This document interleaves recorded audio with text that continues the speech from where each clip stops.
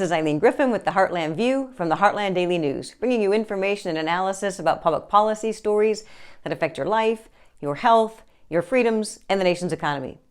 So today we're going to start out with a story out of San Francisco. We're going to give you a couple quick news updates. I try to give you a little bit of optimism and hope, and I think that's one, it's helpful because there's a lot of things going on that are concerning. So we try to look at some of the positives. And also I think these are things that in a lot of cases you won't hear from the mainstream news. So let's jump right in and talk about lawlessness in San Francisco. So the aforementioned optimism, that's not on this topic. So lawlessness is very unfortunate. It's growing out of control. So Heartland Daily News has a story about San Francisco in particular. There are several cities in the same situation, descending into lawlessness. And the real concern here is that political leaders seem to lack the will or interest to stop it. So they're just ignoring it and it continues to go on. And part of this is just a long-term trend in some of these cities run by Democrats, in some cases for generations. And then what's infusing it and making it worse is this leftist ideology. So the theories that, lawlessness is okay and supporting criminals as opposed to victims. So we're seeing this seep into a number of places. So San Francisco, like others, they're dominated by this left-wing ideology. Politicians, from the cities to the school boards, to the city councils, to the district attorney's office. All these people with this philosophy, and that's what's making these cities unsafe. So when you have this composition of leftist leaders, you see the descension into chaos. San Francisco is a very sad case. Again, a beautiful city. So many of us have spent time there and visited there and enjoyed the beauty. And the last time I was there, you couldn't enjoy the beauty because there was garbage everywhere and homelessness. And you see this again in so many cities. So unfortunately, it's the elected leaders that are making the policies that allow this to happen, but it's the citizens that vote for them. So keep in mind, it's all about who you elect. So a recent poll commissioned by the San Francisco Chamber of Commerce found that over 70% of city residents want more policing in these high crime areas. So if you want more policing and 70% of people want more policing, you have to elect the people that are going to stand for police and law enforcement, not these soft on criminals people. But Mayor London Breed, he's a Democrat. He's continuing with this plan to continue to cut law enforcement. So again, you know this. So his plan is to cut law enforcement agencies. And we go back to the equation we've said so many times. Fewer police means higher crime. It's just that simple.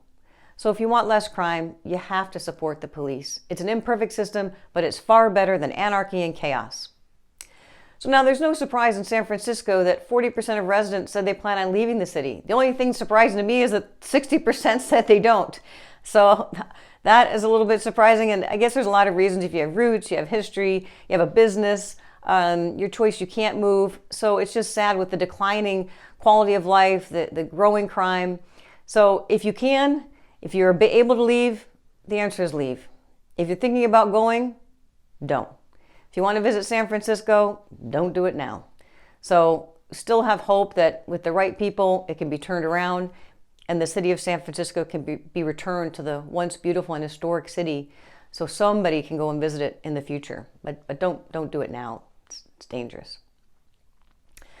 Things that you can do if you're looking at places to hold conferences, for example, stay away from places like San Francisco, stay away from places like Chicago, New York City, Seattle, Portland. Look at places that are in the suburban areas, rural areas. First of all, it'll cost you less money, which is always nice. It'll be safer for your attendees to come to a conference in some of these other areas. And you might send a message. So, nothing gets the attention of politicians like a loss of revenue. So if all of a sudden conferences start leaving the city of Chicago and San Francisco and going other places, maybe their attention will be geared towards and shifted towards protecting citizens and not protecting criminals. Okay, so I told you we're going to have some good news. I'm going to talk to you a little bit about election integrity reform. That's continuing, and it's exciting to see that there is some hope on this front. In spite of the Democratic pushback, we know that there's continuing to be a federal plan to attempt to take over the elections instead of leaving it with the states, but so far that has not succeeded. So across the spectrum, you see some people fighting it at the state level. And it's not surprising, given that the Republican National Committee shows that nearly 2/3 of all voters said election integrity was either their top issue or in their top 3 when deciding how to vote. It's very important. And a federal court judge on Wednesday denied a motion to stop the implementation of parts of Georgia's new voting law. In Pennsylvania, they're still working on trying to look at the election, and they're requiring some counties that have refused to submit to some of these audits to require them to turn over election materials. The Supreme Court last week upheld Arizona's new election integrity law by a 6-3 margin. So while Democrats are still working on this federal takeover and still working to obstruct the state level attempts to infuse integrity into the system, most Americans support a better system, better integrity into the election system, and there's a number of people out there on this front fighting. So that's the update. It's very good news if you care about election integrity, which most Americans clearly do, and the politicians fighting against it, they're just out of step with regular Americans. A little more data on that. There's that RNC poll that we talked about.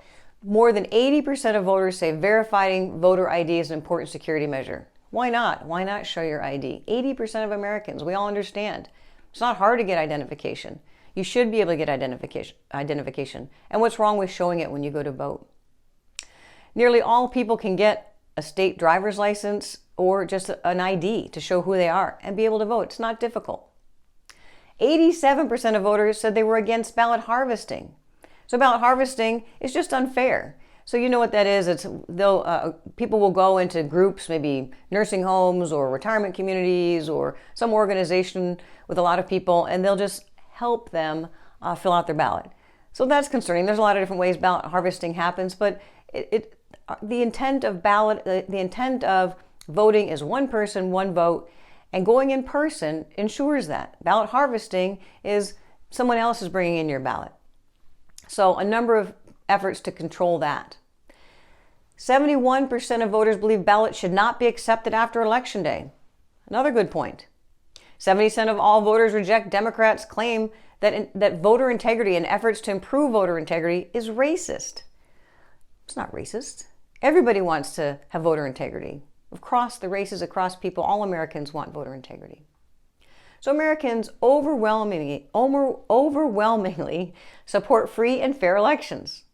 So what we need at this point is Congress to just stay out of it. Just leave it alone and let the states handle it and continue to work to improve the election system. Probably more on that to come. But real quick update on censorship. So we've covered this for a while. Again, interesting disclosure on behalf of the White House.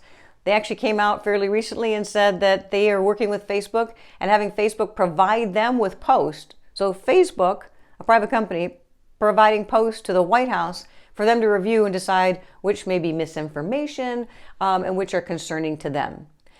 What this should be is concerning to you. And anything that obstructs our ability to have free speech is concerning.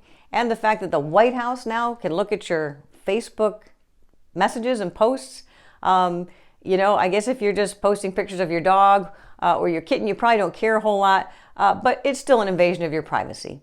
So more on that to come. Very concerning in terms of the censorship that's currently growing in this country.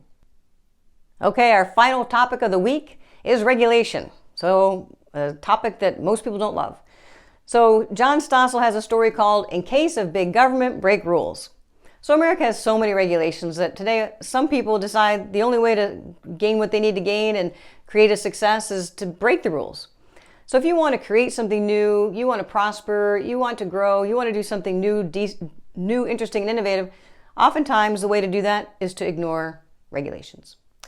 So if you don't know this, bureaucrats add hundreds of regulations each year, and it's across the board. If you're in a regulated industry, you know this very well. You know that every morning you wake up, it could be a new day. Every day you go to work, it could be that the way you have to conduct business has changed. So that's regulations. It's constant and it's a very controlling piece of our world. And it's in everything. It controls food to finance to beauty salon treatments. Restaurants have government oversight. The financial services sector, in banks and in broker-dealers, there's multiple agencies with oversight responsibilities. You have all kinds of people looking over your shoulder. And Stossel says, the answer isn't that we need to get rid of regulations. The answer is no regulation. But he's pointing out the excessive number of them and the ridiculousness of so many. So it's this excessiveness and the overbearing nature of the regulations that stifle innovation and stifle entrepreneurship, the things that are so crucial for our economy, the things that drive America forward. And these are regulations at both the federal level and the state level. And we all heard horror stories about trying to do something in California. It'll take you years if you have to go through some bureaucracy. So every state has its own regulations. California just has the reputation for being particularly difficult, but a number of them have regulations in addition to federal regulations. And of course, trying to run a business in different states is always very challenging. So people and organizations flourish when they have the freedom to create and innovate. Again, so some regulation is needed, we know that.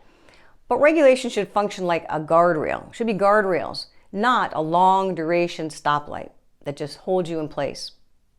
So these should be a little bit of support, a little bit of guidance, but still allow the flourishing and the growth and the entrepreneurship. So barriers should be reasonable, but not ridiculous. And the reason people start ignoring the rules is the ridiculousness. If you can't make sense out of it and you think it's silly, you're far less likely to comply, right? So if you think about, for example, seatbelts. So some of us can remember before seatbelts were mandatory. And they were there, they were in the car, you bought the car, you had the seatbelts, but it wasn't required to use them. Well, once it became a requirement, you saw the drop in deaths. And so it made sense. So people stopped arguing about why you had to wear seatbelts and you started wearing them because, well, it made sense. It saved lives. So food labels and warnings, well, that's good too, right? So you've got the nutrition labels. A lot of us like to be able to see before we eat something, want to make sure, see how healthy or unhealthy it is. Food labels are good. Warnings are good. Expiration dates, good. That's all good. But then there's some regulations that are just overkill. And some places where you see the government intervening and you're thinking, well, why exactly is the government involved in this, Sort of doesn't make sense. So it goes back to that ridiculousness factor. So for example, I have a visual aid today. So I ordered something that came in a bag, right? Plastic bag. So the bag has a warning label on it. And so I think this is just interesting. So it's a bag and it says, here's the warning. To avoid danger of suffocation, keep this plastic bag away from babies and children. Do not use this bag in cribs, beds, carriages, or playpens. This bag is not a toy. Okay, now, did we really need a government regulator to tell us that? Did we really need a government regulator to tell us that this is not a toy? Did we really need someone to tell us that this isn't something we should place in a crib or a bed? I don't know, but it just seems pretty excessive. So think about the company that creates these bags or the company that's creating the product that has to go in a bag. So now you've got the expense of the plastic bag, but you've got the expense of a label and you've got to have the printing on the label. And the printing has to be exact. Now I know this because I found the regulations. So now this is not a federal regulation. The federal government does not require warnings on plastic bags, but several states do. And of course, you'll never guess which states. So I just pulled one, and of course it's New York. So in New York, Title 10, Section 12.12, warning label required on certain plastic materials. So they tell you have to have this warning label. Not only do they tell you have to have the warning label, but they tell you the size of the print on the label. So the size of the print, 60 inches or more, at least 24 point. The 40 inches, but not including 60 inches, you have to have an 18 point font. So it tells you the size, it tells you the font size. So that is a little excessive. Now, probably how it happened, like a lot of things that become regulations, is someone did put it in a crib, someone did hurt their child, and then, of course, the government, thinking they're doing something, a lot of bureaucrats, they think they're doing something good. So it's all well-intentioned, but it's overkill. And so because someone did something foolish, the rest of us and everybody that creates products that have to go into a plastic bag now have to have the plastic bag label. Ridiculousness. So, read the full article. There's a lot more detail provided by John Stossel. So that's it for this week's Heartland View. If you'd like to see more of these stories and the details, please go to the website heartlanddailynews.com. As always, if you'd like more information on Heartland Institute, please go to the website heartland.org. All kinds of information there. So as always, thank you for your time. Thank you for your listening, and have a great week.